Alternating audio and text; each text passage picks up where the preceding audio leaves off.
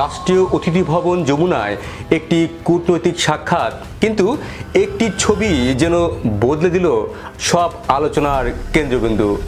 পাকিস্তানে সেনা কর্মকর্তা জেনারেল শাহির শামশাদ মির্জা হাতে একটি ব্যাটন বা লাঠি, যা সেনাবাহিনীতে পরিচিত সোয়াগার স্টিক নামে। প্রধান উপদেষ্টা মোহাম্মদ ইউনূসের সঙ্গে সৌজন্য সাক্ষাতের সময় এই ব্যাটন কেন তার হাতে ছিল? এটি কি নিছক সামরিক ঐতিহ্য, নাকি পাকিস্তানের নীরব রাজনৈতিক বার্তা?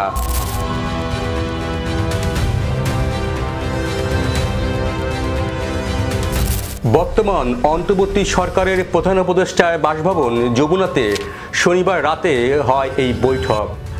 প্রধান উপদেষ্টা ডক্টর মোহাম্মদ ইউনূসের সঙ্গে সৌজন্য সাক্ষাৎ করেন পাকিস্তানের জয়েন্ট চিফস অফ স্টাফ কমিটির চেয়ারম্যান জেনারেল শাহির শামশাদ মির্জা। প্রধান উপদেষ্টার প্রেস উইং থেকে প্রকাশিত ছবিতে দেখা যায় মির্জার হাতে একটি ব্যাটন। তখনই সামাজিক যোগাযোগ মাধ্যমে শুরু হয় আলোচনা, সমালোচনা আর সন্দেহ।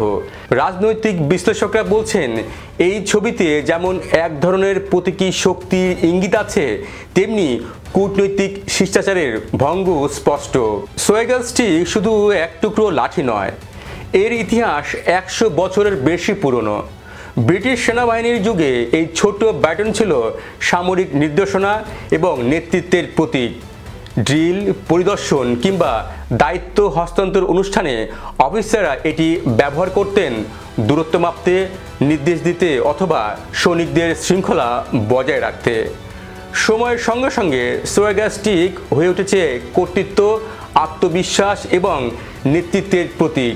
তবে এটি শুধু সামরিক প্রোটোকলের অংশ, কখনোই রাজনৈতিক বা কূটনৈতিক বৈঠকে ব্যবহারের বিষয় নয়।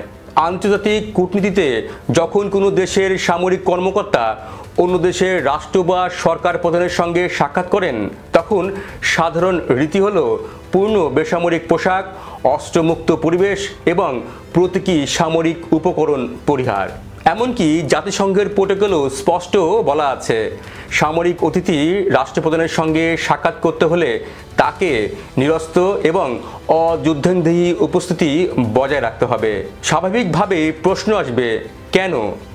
কারণ এটি দুদেশের মধ্যে পারস্পরিক সম্মান, সমতা এবং শান্তিপূর্ণ সম্পর্কের প্রতীক। তাহলে জেনারেল শাহির মির্জা কেন এই প্রথা ভাঙলেন? এটি কেবল আনুষ্ঠানিকতার ভুল, নাকি এটি ছিল একটি বিশেষ ইঙ্গিত? বাংলাদেশের আইনে প্রধানমন্ত্রীর কার্যালয় কিংবা প্রধান উপদেষ্টার কার্যালয়ে প্রবেশের আগে সব অতিথিকে মেটাল ডিটেক্টরের মাধ্যমে পরীক্ষা করা হয়। কোনো লাঠি, ব্যাটন, ধাতব কলম বা অস্ত্রের মতো দেখতে বস্তু নিষিদ্ধ। এমনকি ধাতব ছাতা বা ধারালো পিনযুক্ত টুপি পর্যন্ত অনেক সময় অনুমোদন পায় না।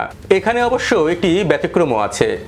বিদেশি সামরিক প্রতিনিধি দলের ক্ষেত্রে শপথ যদি অফিসিয়াল ডিফেন্স কার্টেসি ভিজিট হয়, অর্থাৎ সামরিক সৌজন্যমূলক সরকারি সফর হিসেবে ঘোষিত হয়, তবে সীমিত পরিসরে ড্রেস কোড প্রিভিলেজ অর্থাৎ পোশাক সংক্রান্ত সুবিধা দেওয়া হয়।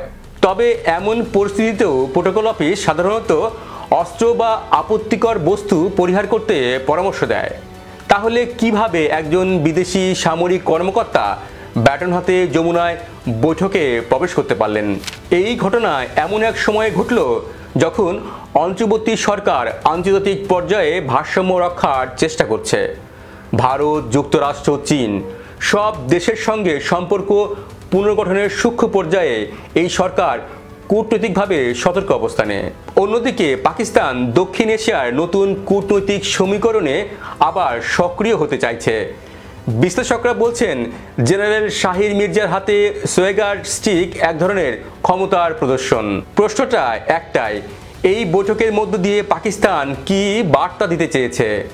কূটনৈতিক সূত্র বলছে, ইসলামাবাদ চায় ঢাকার সামরিক সম্পর্ক পুনর্জীবিত করতে, বিশেষ করে প্রতিরক্ষা প্রশিক্ষণ, গোয়েন্দা তথ্য বিনিময় এবং জাতিসংঘ মিশনে যৌথ সহযোগিতা বাড়াতে। কিন্তু ব্যাটনের উপস্থিতি এই বার্তাকে ছাপিয়ে গেছে এক নতুন বিতর্কে। এটি যেন প্রতীকীভাবে বলছে, আমরা এখানে সামরিক নেতৃত্বের প্রতিনিধিত্ব করছি, আর বাংলাদেশের সরকার প্রধানের সামনে একজন সামরিক কর্মকর্তার ব্যাটন হাতে থাকা মানে শক্তির ভারসাম্যহীনতা তৈরি করছে। এখানেই শেষ নয়, গ্রুপ ছবিতে দেখা যায় প্রধান উপদেষ্টা ইউনূসের ডান পাশে 4 জন আর বাম পাশে 6 জন প্রতিনিধি, যা আন্তর্জাতিক প্রোটোকলের নিয়ম ভেঙেছে। কারণ রাষ্ট্র বা সরকার প্রধানের পাশে সমসংখ্যক প্রতিনিধি থাকাটাই নিয়ম। আরও তাৎপর্যপূর্ণ বিষয় হলো জেনারেল মির্জার হাতে সোয়েগার স্টিক, কিন্তু বাংলাদেশের কোনো সেনা কর্মকর্তার হাতে কিছু নেই। ফলে দৃশ্যটি যেন প্রকাশ করছে একজন সামরিক শক্তি প্রধান, বাকিরা অধীনস্থ, যেমনটি ছিল 1971 সালে 16 ডিসেম্বরের আগে। তাই বিশেষজ্ঞরা বলছেন এই ছোট্ট বিষয়গুলোই আন্তর্জাতিক পর্যায়ে কূটনৈতিক বার্তা তৈরি করে। রাজনীতি ও কূটনীতিতে দৃশ্য সবসময় শব্দের চেয়ে বেশি কথা বলে। যখন কোনো সামরিক কর্মকর্তা একজন বেসামরিক নেতার সামনে কর্তৃত্বের প্রতীক বহন করেন, তখন তা শুধু ব্যক্তিগত নয়, রাষ্ট্রের অবস্থানকেও প্রতিফলিত করে। এই সোয়েগার স্টিক একটি সূক্ষ্ম মনস্তাত্ত্বিক প্রভাব তৈরি করছে। যেন মির্জা বলছেন, আমি পাকিস্তানের সেনাবাহিনীর প্রতীক, আমি কূটনীতিক নই, আমি কমান্ডার।